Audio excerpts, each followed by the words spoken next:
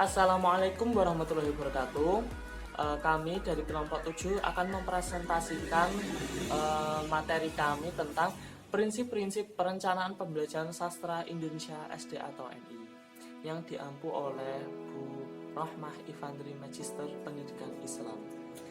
Di sini saya akan menjelaskan tentang perencanaan pembelajaran menurut Kamus Besar Bahasa Indonesia. Menurut Kamus Besar Bahasa Indonesia merupakan proses pembuatan cara atau merencanakan. Dapat diartikan yaitu suatu proses pembuatan perencanaan, model, bentuk, pola, konstruksi yang akan dilakukan. Sedangkan pembelajaran menurut Kamus Besar Bahasa Indonesia yaitu suatu proses atau cara menjadikan orang atau makhluk hidup belajar. Dapat diartikan yaitu berusaha memperoleh kepandaian atau ilmu. Nah, di sini menurut dua tokoh tentang perencanaan pembelajaran ya. Yang pertama oleh Bang Hart dan Albert, yaitu perencanaan pengajaran sebagai usaha menggambarkan sifat-sifat aktivitas pengajaran yang luas dan mencakup berbagai aktivitas perencanaan dalam sistem pendidikan. Yang kedua menurut Philip Combs, yaitu perencanaan pengajaran merupakan suatu penerapan yang rasional dari analisis sistematis proses pengembangan pendidikan dengan tujuan agar pendidikan itu lebih efektif dan efisien sesuai dengan kebutuhan dan tujuan para murid dan masyarakat. Selanjutnya akan dijelaskan oleh teman saya. Di sini saya akan menyambung penjelasan dari teman saya, yaitu perencanaan pembelajaran merupakan tahap penting dalam peningkatan kualitas pembelajaran.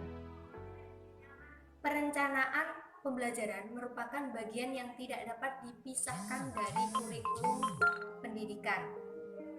Karenanya, perencanaan pembelajaran juga kerap disebut sebagai kurikulum di tingkat kelas. Jadi perencanaan pembelajaran itu bisa juga disebut dengan kurikulum di tingkat kelas gitu ya. Terus ada 3 komponen pokok dalam pembelajaran, yaitu 1 guru, 2 siswa, 3 perencanaan. Guru merupakan pengajar atau pelaku yang memberikan sumber ilmu kepada siswa. Terus guru merupakan komponen yang tidak dapat dimanipulasi oleh komponen lain, tetapi guru dapat memanipulasi komponen lain menjadi bervariasi. Jadi guru di sini dapat berkreativitas sebaik mungkin. Siswa merupakan komponen yang melakukan kegiatan belajar untuk mencapai tujuan belajar. Komponen siswa dapat dimodifikasi oleh guru. Lanjut, perencanaan adalah segala sesuatu yang berhubungan dengan pembelajaran, baik berupa isi peran atau cara penyampaian pesan. Untuk itu, komponen perencanaan ini berisi tentang tujuan, bahan pembelajaran, metode yang digunakan, media pembelajaran, dan alat evaluasi. Sekian dari saya penjelasannya. Baik, saya akan melanjutkan pembahasan selanjutnya mengenai prinsip-prinsip pembelajaran bahasa Indonesia. Prinsip-prinsip pembelajaran bahasa Indonesia ada 4. Yang pertama yaitu prinsip kontekstual. Prinsip kontekstual ini bertujuan untuk memudahkan siswa dalam memahami materi ajar dengan cara mengaitkannya ke dalam konteks kehidupan mereka sehari-hari. Yang kedua yaitu prinsip integratif. Bahasa adalah sistem. Hal ini senada dengan pendapat Maxan yang mengatakan bahasa adalah suatu sistem. Hal tersebut berarti keseluruhan kegiatan yang satu dengan yang lainnya saling berkaitan untuk mencapai tujuan berbahasa, yaitu berkomunikasi.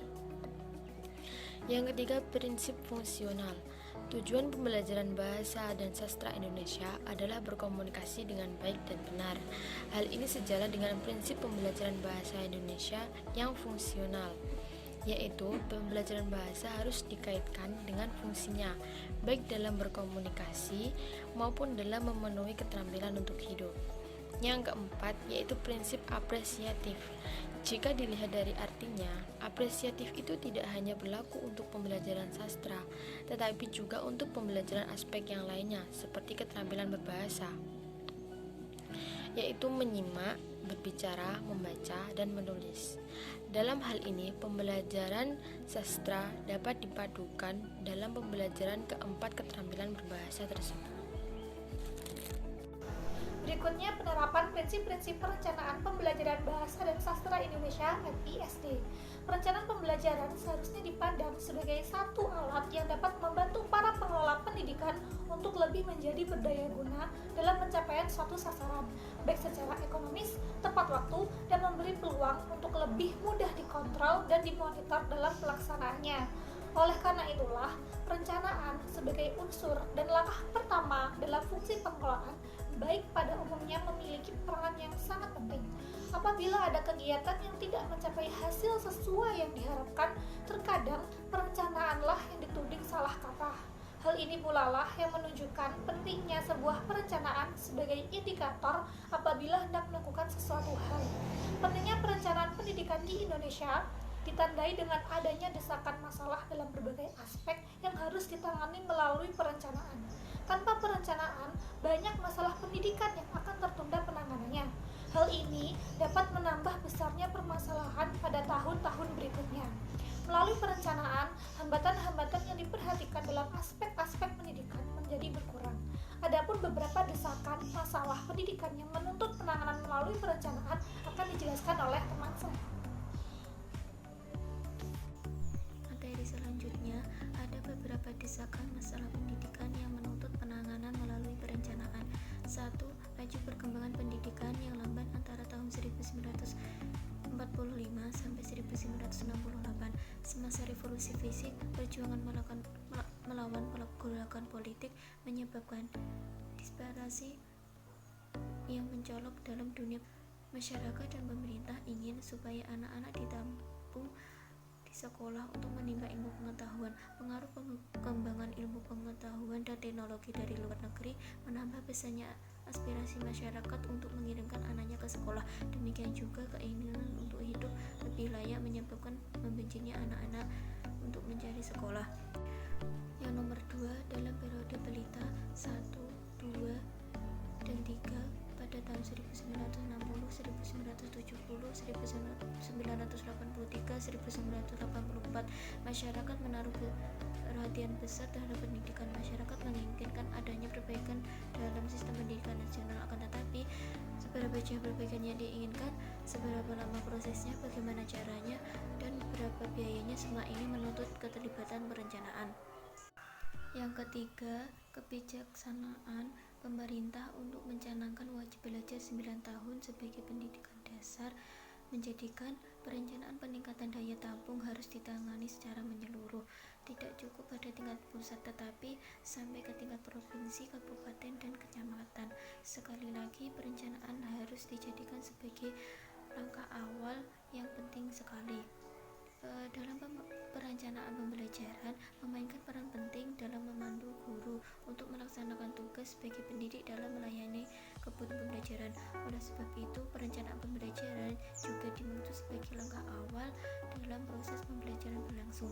Abdul Majid mengemukakan beberapa manfaat perencanaan pembelajaran, yaitu A sebagai petunjuk arah kegiatan dalam mencapai tujuan, B sebagai pola dasar dalam mengatur tugas dan wewenang setiap unsur yang terlibat dalam kegiatan, C sebagai pedoman kerja bagi setiap unsur, baik unsur guru maupun unsur murid, D sebagai alat ukur efektif tidaknya suatu pekerjaan sehingga setiap saat diketahui ketepatan dan kelambatan kerja, E untuk bahan penyusunan data agar terjadinya keseimbangan kerja, F untuk tenaga, alat, serta biaya.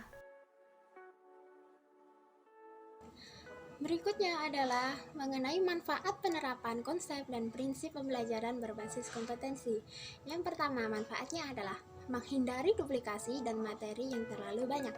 Yang kedua, konsistensi kompetensi, sehingga dalam pembelajaran nantinya akan konsisten dan bisa mencapai tujuan pembelajaran yang sudah ditetapkan dari awal. Yang ketiga, meningkatkan pembelajaran sesuai dengan kebutuhan, kecepatan, dan kesempurnaan siswa. Yang keempat, mempermudah pelaksanaan akreditasi. Yang kelima, bisa memperbaiki sistem evaluasi dan laporan hasil belajar siswa. Yang keenam, memperjelas komunikasi dengan siswa mengenai tugasnya, kegiatannya, dan pengalaman belajarnya. Yang ketujuh, bisa meningkatkan akuntabilitas publik. Yang kedelapan, bisa memperbaiki sistem sertifikasi.